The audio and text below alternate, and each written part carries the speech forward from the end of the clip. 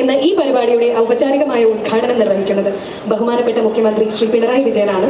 ഉദ്ഘാടന പ്രഭാഷണത്തിന് വേണ്ടി ബഹുമാനപ്പെട്ട മുഖ്യമന്ത്രിയെ ആദരപൂർവ്വം ക്ഷണിക്കുന്നു.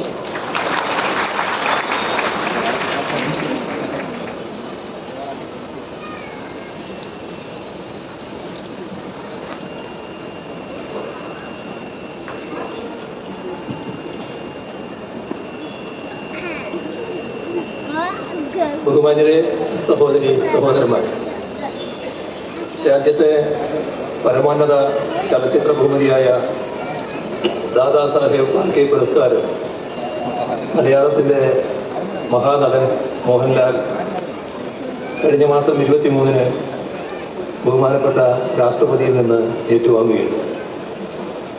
ചലച്ചിത്ര ലോകത്തെ സമഗ്ര സംഭാവനക്കുള്ള ഇന്ത്യയിലെ ഏറ്റവും വലിയ പുരസ്കാരം ലഭിക്കുന്ന രണ്ടാമത്തെ മലയാളിയാണ് മോഹൻലാൽ. മലയാള സിനിമയെ അന്താരാഷ്ട്ര തലത്തിൽ അടയാളപ്പെടുത്തിയ അടൂർ ഗോപാലകൃഷ്ണന് ഈ അംഗീകാരം ലഭിച്ചത് 2004-ലാണ്. 20 വർഷത്തിന് ശേഷമാണ് ഈ അംഗീകാരം മലയാളത്തെ തേടിയെത്തുന്നത്.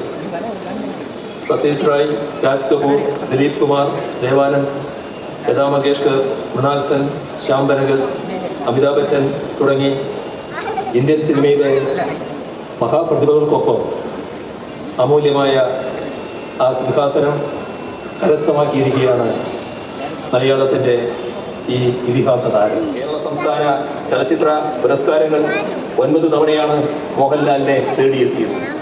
പത്മശ്രീ, പത്മഭൂഷൺ, 2 സർവകലാശാലകളുടെ ഡീലിറ്റ് ബിരുദങ്ങൾ, ലഫ്റ്റനന്റ് കേണൽ പദവി തുടങ്ങി മറ്റ് നിരവധി അംഗീകാരങ്ങൾ. അക്കൂട്ടത്തിലാണ് ഈ പരമോന്നത ബഹുമതിയുടെ പതക്കവും ചേർത്ത് വെക്കപ്പെടുന്നത്.